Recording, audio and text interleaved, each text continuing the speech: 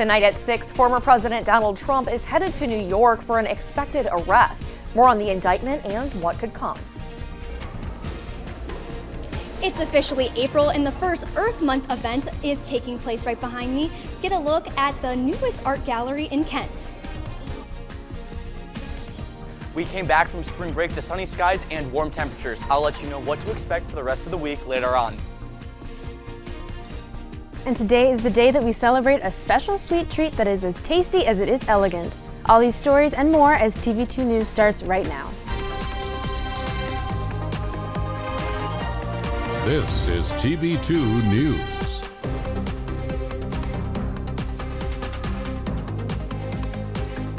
Good Monday evening, Portage County, and thank you so much for joining us. I'm Alexandria Manthey. And I'm Natalie DeSantis. Tonight we start with an on-campus art gallery showing a little love to our planet. That's right, April marks Earth Month, and our reporter Sydney Brown is live from DI Hub with more. Hi, Sydney. Hi guys, I'm inside the DI Hub where the newest art gallery in Kent is opening, but it's also Earth Month. So for the full list of the Earth Month activities, you can take a look right now.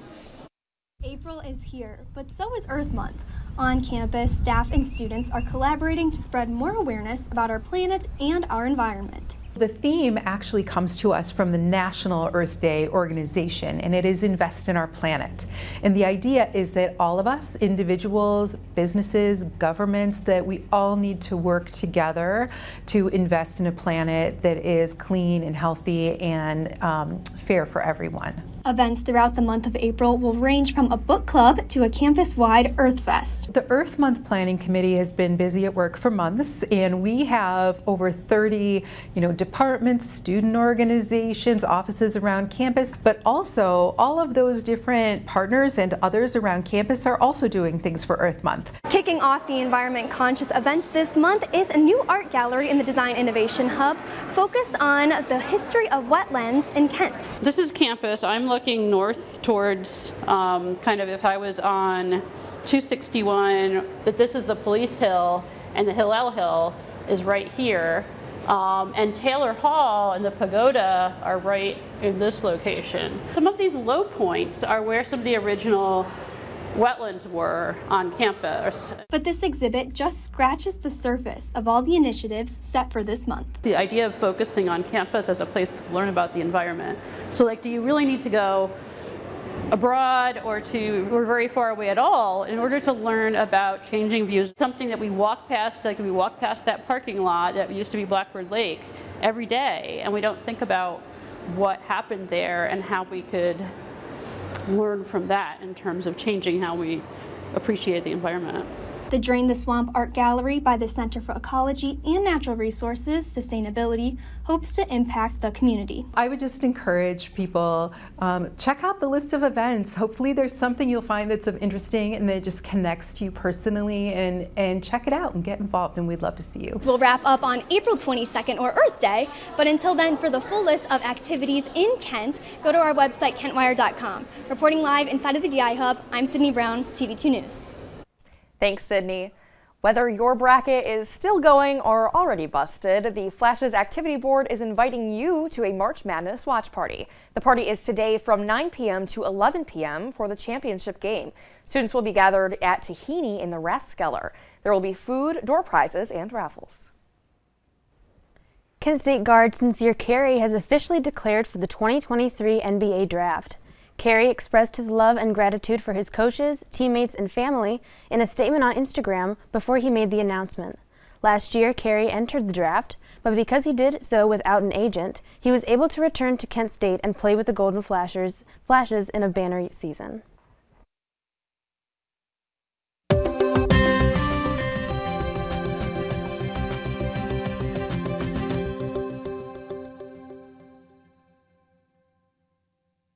Some residents of Summit County may be without power until Tuesday. About 8,000 customers lost power Saturday afternoon due to high winds.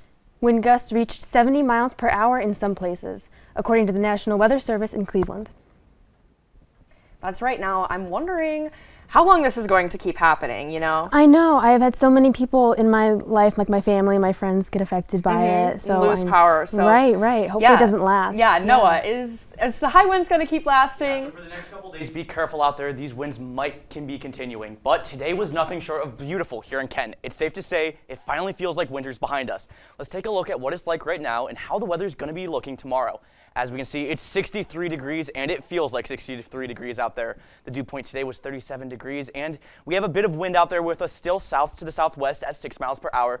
The humidity was at 42%, and we have visibility out to 10 miles. Now, for what the weather's going to be looking like later on tonight and into tomorrow morning, we're going to be seeing the temperatures go down just a little bit, but as I said, just a tiny bit. 59 degrees at 8 p.m., down to 53 at midnight. The wind's going to be continuing from the south at 3 miles per hour, and at midnight we're going to be getting some winds from the east-southeast specifically at 4 miles per hour. Into tomorrow morning, we're going to be seeing winds at 50 miles. It's not winds at 50 miles per hour, excuse me. The temperature is going to be 50 degrees with winds continuing at 4 miles per hour. And that is all the time I have for you tonight, but later on I'll be back with temperatures from across the state, and I'll let you know if these warm temperatures will continue for the rest of the week. Until then, back to Natalie and Alex at the desk. Thanks, Noah. The Portage County coroner and other authorities have seen an unprecedented spike in drug overdose deaths. Coroner Dean Despero said at least 12 people have died in Portage County from overdoses just within the last 28 days. This is more than normal, as the county saw just about 50 accidental overdose deaths in all of 2022. The deaths are believed to be linked to a batch of fentanyl making its way through the local drug supply. A Streetsboro man is facing 10 felony counts in the sexual assault of a now 8-year-old girl. 34-year-old David A. Owens was indicted by the Portage County Grand Jury with 5 counts each of first-degree felony rape and second-degree felony sexual battery. The offenses are said to have taken place in Streetsboro between January 1st of 2021, when the young girl was 6, and July 8th of 2022, when she was 7. And on Saturday, 2 Geauga County-based drag events drew in crowds of protesters. One of the events was a drag story hour that was hosted by the Community Church of Chesterland. The other was a show that took place in Chardon's Element 41. Before the events, authorities urged both venues to consider canceling the events after a series of online threats from the opposing parties, who called for armed forces to show up. With the pandemic aid ended, many schools, including Cuyahoga Falls, are seeing lunch debt climb. Students will no longer receive meals at school after the 6th day of their insufficient funds. The district has received calls from those wanting to help with the student meal debts, but this has proven to be difficult due to the current law on these donations. As of now, people can't contribute only to one student or even to a specific school. The district is looking into ways of creating a system where people could donate. And texting while driving is already illegal in the state of Ohio, but a new law will make it easier for officers to pull people over for distracted driving. The new upgraded law makes distracted driving, texting, checking social media, and streaming videos a primary offense. That means police no longer need to see another traffic infraction before making the stop. The law will go into effect tomorrow. Prices for oil are sky high as a result of surprise cuts to output. More details on this recent surge. A grand jury has voted to indict Trump, and an arrest is expected to be made on Tuesday. More details on the hush money that could land the former president behind bars. Stories from an award-winning student newsroom. This is TV2 News, truly Portage County. Welcome back. A grand jury has voted to indict former President Donald Trump. Our correspondent Skylar Edington is here with more on the potential arrest. Hi, Skylar. Hi guys, yes. With Trump being officially indicted this past Sunday, I have everything we know so far and how people are reacting. Former President Donald Trump is facing an indictment by a Manhattan jury with over 30 charges of business fraud. He is also being accused of being a part of a hush money scheme involving famous film star Stormy Davis. The attorney for Stormy Davis, Clark Brewster, talked about how Davis feels on Trump being indicted involving the alleged affair. It seemed to be likely or inevitable that an indictment would be returned. But I think she's relieved. I think she really really it's a fight against his rejection of truth and his manufacturing of stories that really motivated her to try to cooperate in any way, certainly to get the truth out and they have this jury, at least the grand jury, make that decision. Manhattan Attorney's Office has been paying close attention to former employees of Trump involving these incidents. Some of these incidents include Cohen, Trump's former lawyer, being found to have paid Davis $130,000 weeks before the 2016 presidential election. Karen McDougall is also being questioned after allegedly being paid $150,000 by the company that publishes the National Enquirer to stay silent about another alleged affair. Pleaded guilty to 9 federal crimes, including lying. Alleged affair with Trump. Trump has denied any. Supporters have gathered near Mar-a-Lago, his Palm Beach real estate, with many of them criticizing the Manhattan Attorney's Office. Supporters of Trump continue to share their frustrations and call the indictment a disgrace. Trump has officially become the first president to face criminal charges while also planning on running for presidency again. They can go after an ex-president of the United States. We're nothing. They'll go after us for anything. Look at January 6th. In God we trust, and I believe President Trump will be our president again. What happened today in New York City is what happens in places like Venezuela. He wants the American people to see this two-tier justice system that they have. He wants to be fingerprinted and cuffed. And then in 2024, it's an open and shut case. There have been several public statements made regarding Trump's indictment. Bill Barr, the former United States Attorney General, said in a statement that politically this will be damaging to the Republican Party simply because it's a no-lose situation for the Democrats. Former Vice President Mike Pence gave a speech where he explained that the unprecedented indictment is an outrage. Well, first, let me just say, I think the unprecedented indictment of a former president of the United States for a campaign finance issue is an outrage. And I must tell you that that should be offensive to every American, left, right, and center. Every American deserves equal treatment under the law. And I believe the American people will see this for what it is.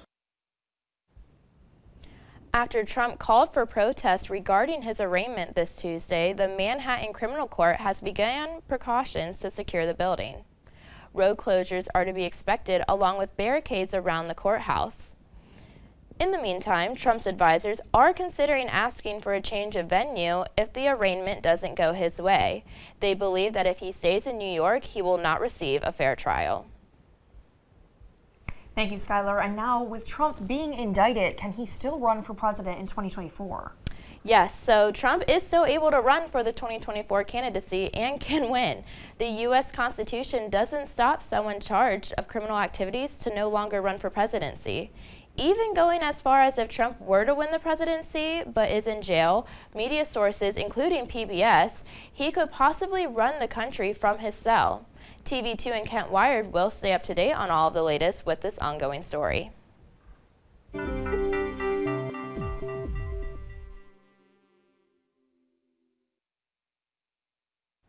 A promising COVID-19 nasal vaccine can prevent a person from getting sick.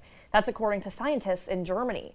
The vaccine is made with a live but weakened form of the coronavirus that causes COVID-19. Scientists tested it on hamsters. After 2 doses of the nasal vaccine, the virus did not copy itself in the animal's upper airways, so they didn't get sick. Researchers say it created a much stronger immune response than 2 doses of the mRNA vaccines. There are several more hurdles to this clear before the vaccine could be available for use in people. After a global pharma healthcare facility in India recalled Esri Care eye drops due to possible contamination, the FDA visited the company in mid-February for an inspection. The recall was issued after a number of reports of eye infection, permanent loss of vision, and at least 1 death from a bloodstream infection from the artificial tears. The FDA's investigation is still in progress. A new study suggests there could be a link between autism risk and levels of lithium in drinking water.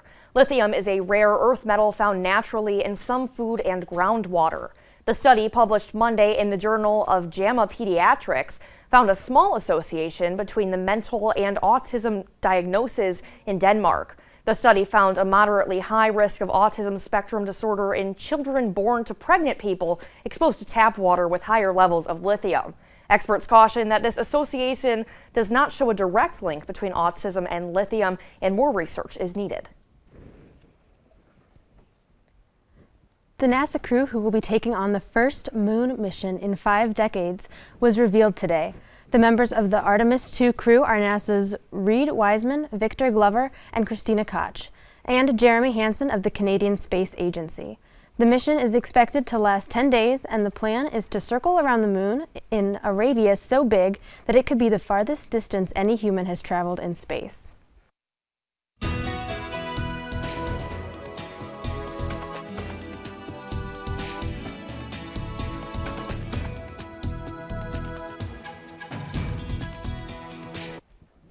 More severe weather is headed towards the southeast. The Storm Prediction Center has issued a tornado watch for parts of Mississippi, Alabama, and Florida Monday. That's right. The threat includes brief twisters, ping pong ball-sized hail, and isolated wind gusts of up to 70 miles per hour. This comes after a weekend of deadly weather. There were at least 50 tornadoes confirmed across the Midwest and South on Friday. Now for weather in Kent, we have our own Noah Rowe.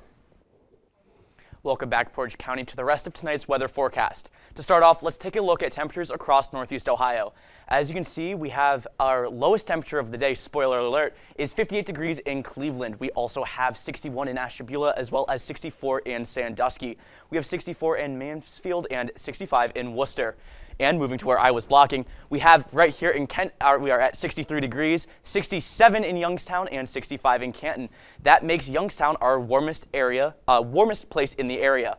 Moving on to across the entire state of Ohio, as you can see, 65 in Lima, 70 in Dayton and Cincinnati, respectively. 66 degrees being clocked in Columbus, and over here we're going to see 66 in Akron, 67 in Steubenville, and 66 in Athens. A lot of sixes today. It's great to see. And finally, for your 7-day forecast, we're going to be looking at great weather for the rest of the week. It's going to be 70 tomorrow, albeit a little bit cloudy, but there shouldn't be much rain. And on Wednesday, unfortunately, we're going to be seeing a mix of clouds, sun, and thunderstorms, but 78 degrees, and we should probably get at least a little bit of sun in there. 55 on Thursday is going to cool. Oh, sorry. And that is all the time we have for today. Enjoy the weather and have an amazing night, Portage County. Back to the desk. Thanks, Noah. The price of oil surged Monday after OPEC Plus producers announced surprise cuts to output. WTI, the U.S. benchmark, rose nearly 5.5% to $80 a barrel, while global benchmark Brent crude jumped 5% to $84 a barrel. This comes after oil prices dropped last month following the turmoil in the banking sector. Saudi Arabia's emergency ministry says its reduction in output is a precautionary measure to support the stability of the oil markets. The reduction will start in May and last through the end of this year. Country pop singer Kelsea Ballerini opened the Country Music Television Awards ceremony on Sunday with a tribute to the 6 people killed at a Nashville elementary school. She talked about the 3 children and 3 adults who were killed in the deadliest school shooting to take place in nearly a year, and addressed the need to put an end to gun violence. At least 5 children and 1 children have been killed in Ukraine since the war began, according to the United Nations International Children's Emergency Fund. Executive Director Catherine Russell said this is a United Nations verified number, however warned that the real figure is likely far higher. She said that almost 1,000 Ukrainian children have been injured, leaving them with wounds and scars that could last for life. Pope Francis called for prayers for the people of Ukraine in a tweet days after he was discharged from the hospital, where he was being treated for a respiratory infection. The Pope tweeted, quote, "During these days of Holy Week, let us #pray together more intensely for the war-torn people of Ukraine, and for all peoples experiencing war, that with God's help, paths of peace might be opened." If you've got a sweet tooth, you are in for a special treat. Today's National Day is ahead. Up on your sports report, the Cleveland Guardians are starting off their season well, and we'll give you more updates on Kent State athletics. And now, your TV2 Sports Report.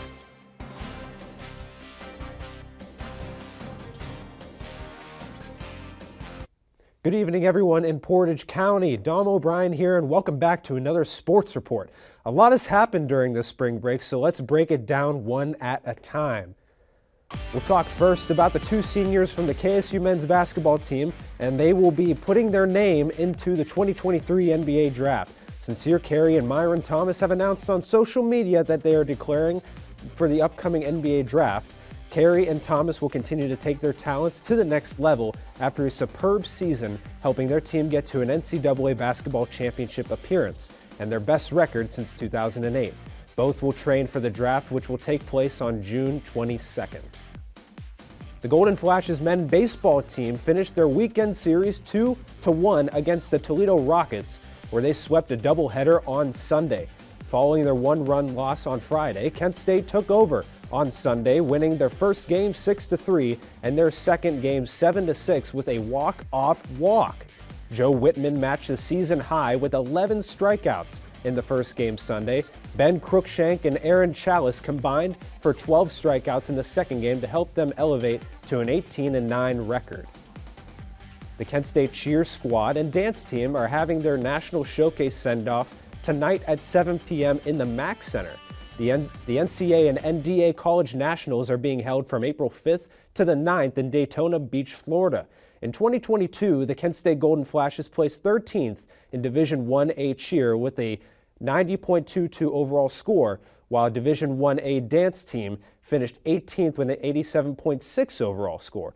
They will look to improve from last year's placing this coming weekend. Best of luck to the cheer and dance team.